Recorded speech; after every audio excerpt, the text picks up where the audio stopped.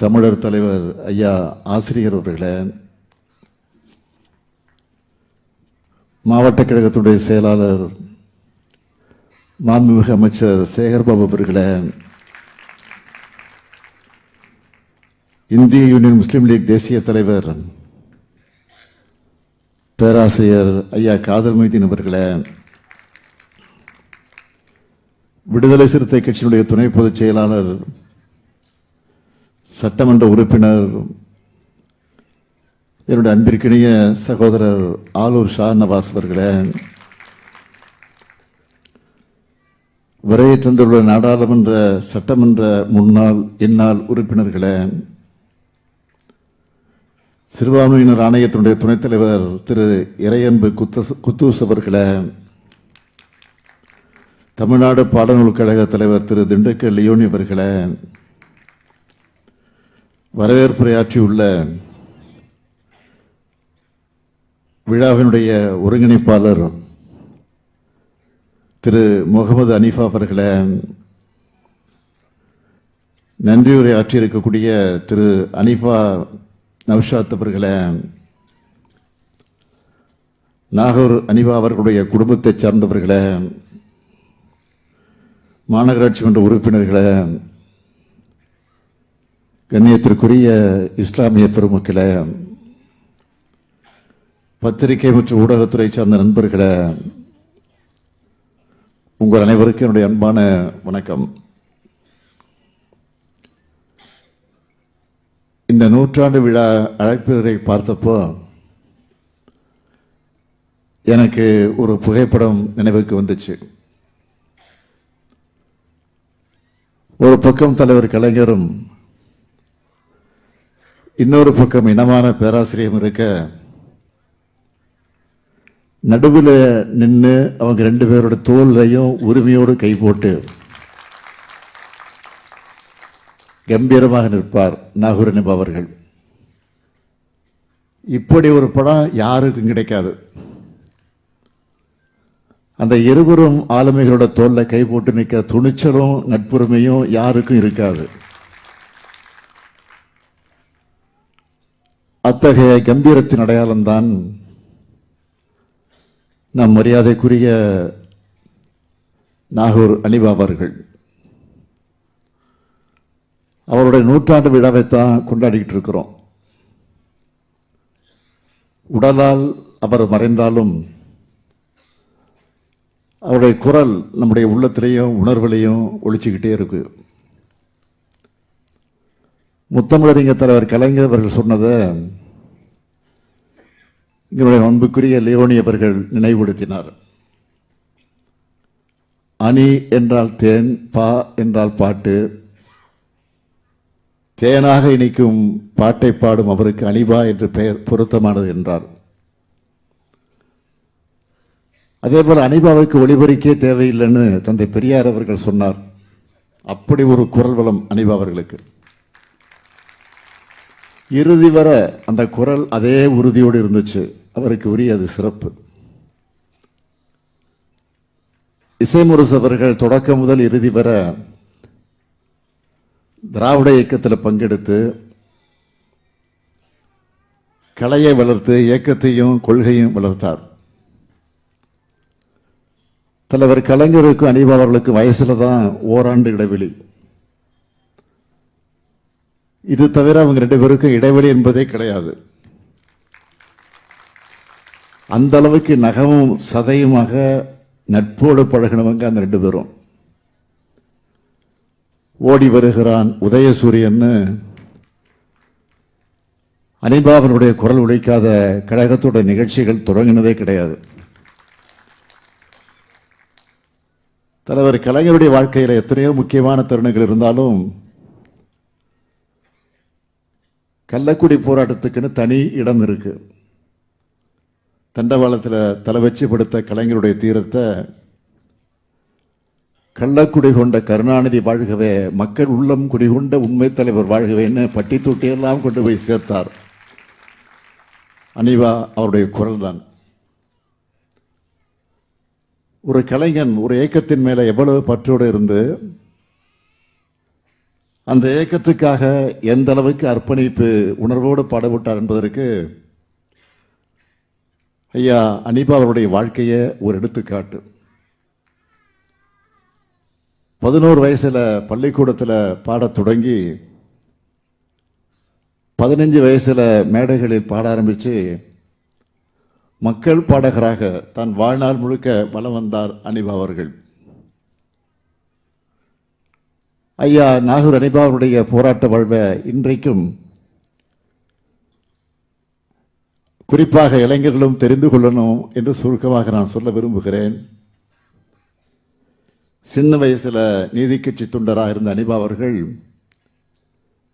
நீதி கட்சியுடைய கூட்டம் மாநாடுகள் எங்க நடந்தாலும் போய்விடுவார். இந்த உணர்வு பயணம் நீதி கட்சி திராவிடர் கழகமாக பரிணமிச்சு திராவிட முன்னேற்ற கழகம் உருவான பிறகும் தொடர்ந்துச்சு. கழகத்தோட வளர்ச்சிக்கு அனீபாவுடைய குரல் துணை நின்றுச்சு. அழைக்கின்றார் அண்ணா அருமைமிகும் திராவிட துயர் துடைக்க இன்றேன்னு அனீபா பாடுறத கேட்டா உணர்ச்சி பொங்காம ஒரு தமிழராலும் இருக்க முடியாது. அவர் முறையா சங்கீதம் கற்றுக்கொள்ளவில்லை என்றாலும் ஆயிரக்கணக்கான மேடைகள்ல கோடிக்கணக்கான மக்களை தன்னுடைய குரல் பலத்தால தன்வசப்படுத்தினார்.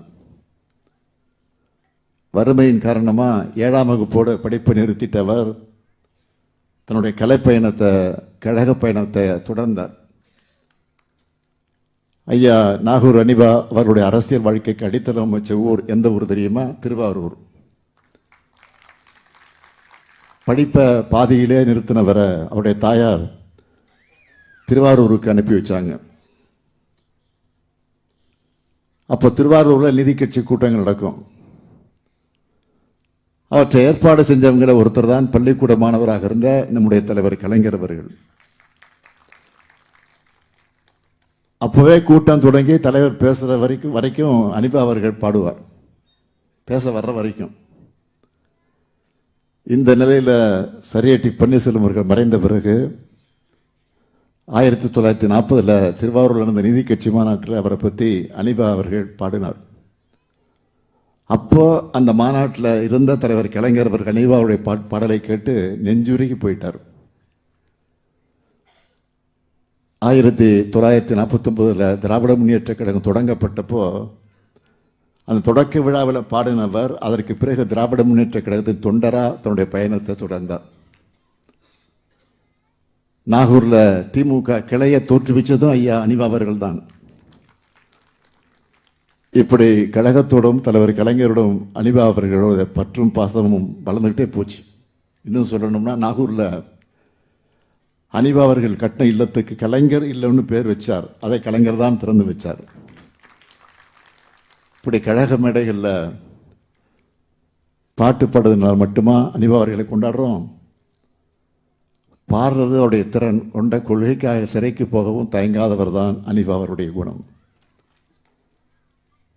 1939 13 வயசு பையனா இந்தி திணிப்புக்கு எதிராக ராஜாஜிக்கு கருப்பு கொடி காண்பிச்ச முதல் முறையா கைதானார். பிறகு இந்திய ஆதிக்க எதிர்ப்பு போராட்டத்தில் கோசிமணி, அன்பில் தர்மலிங்கம், மன்னை நாராயணசாமி ஆகியோடு திருச்சி சிறையில் 32 நாள் இருந்திருக்கிறார். 1952 கலைஞரோடு அனீபா அவர்கள் கைது செய்யப்பட்டார். 1956 காஞ்சிபுரத்தில் தெருவில் பாடிட்டு போகும்போதே கைதானார். இப்படி கழகத்துக்காக போராட்டங்களில் பங்கெடுத்து 10 முறைக்கு மேல சிறைக்கு சென்றிருக்கிறார். ஐயா அனீபா அவருடைய தமிழ் உணர்வை பற்றி தலைவர் கலைஞர் என்ன சொன்னார்னா, தமிழுக்கு ஒரு தீங்கென்றால் அது தீங்கினை தடுத்து நிறுத்திட தமிழக நிலம் காத்திட தமிழ் மொழி காத்திட தோல் தட்டி தன்னை ஒப்படைத்துக் கொள்ளக்கூடிய தியாக செயலை தான் நாகூர் அனீபான்னு சொல்வார். 1957 தேர்தலில் போட்டியிட்டு வெற்றி வாய்ப்பை இழந்த ஐயா அனீபா அவர்களை தலைவர் கலைஞர் அவர்கள் முதலமைச்சரான பிறகு எம்எல்சி ஆக்கி மேலவையில் அமர வச்சு அழகு பார்த்தார். கலைமாமணி விருது கொடுத்தார். வக்வாரிய தலைவராக நியமித்தார். 2002ஆம் ஆண்டு நடைபெற்ற கழகத்தின் பெருவிழா நிகழ்ச்சியில் கலைஞர் விருது வழங்கினார். இப்படி அஞ்சானஞ்சன் பட்டுக்கோட்டை அழகிரி, தந்தை பெரியார், கண்ணியத்திற்குரிய காகிதம் இல்லை, பேரறிஞர் அண்ணா, முத்தமிழறிஞர் கலைஞர், இனமான பேராசிரியர்னு அனைத்து தலைவர்களோடு பழகி பயணித்து தன் வாழ்நாள குண்ட கொள்கைக்காக ஒப்படைச்சுக்கிட்ட ஒப்பற்ற ஒளிச்சுடர் தான் இசைமுரசு ஐயா அனிபா அவர்கள். ஒரு முறை அனிபா அவர்கள் என்ன சொன்னார்னா, கழக நிகழ்ச்சிகளுக்கு கலைஞர் எங்கிட்ட தேதி கூட கேட்காம என்னுடைய இசை கச்சேரியை வச்சுடுவார். ஏன்னா நான் கச்சேரிக்காரன் கிடையாது, கட்சிக்காரன்னு சொன்னார். மற்றொரு பேட்டியில் என்னுடைய ரத்தத்தை எடுத்து சோதித்தால் கூட அதில் வேறு கட்சியுடைய கலப்பு இருக்காதுன்னு சொன்னார். அதனால்தான் ஐயா அனிபா அவர்கள் நிறைவுற்ற போது, மறைந்த போது தலைவர் கலைஞரும் நானும் ஓடோடி சென்றோம். அதைத் தொடர்ந்து நாகூரில் நடைபெற்ற அவருடைய திருவுருவப்பட படத்திறப்பு நிகழ்ச்சியில் பங்கெடுத்து புகழஞ்சலி செலுத்தினேன். அப்படிப்பட்ட எங்கள் இசை முரசுக்கு நான் முன்னின்று நூற்றாண்டு விழாவை கொண்டாடுறதை என்னுடைய வாழ்நாள் பேராக நான் நினைக்கிறேன்.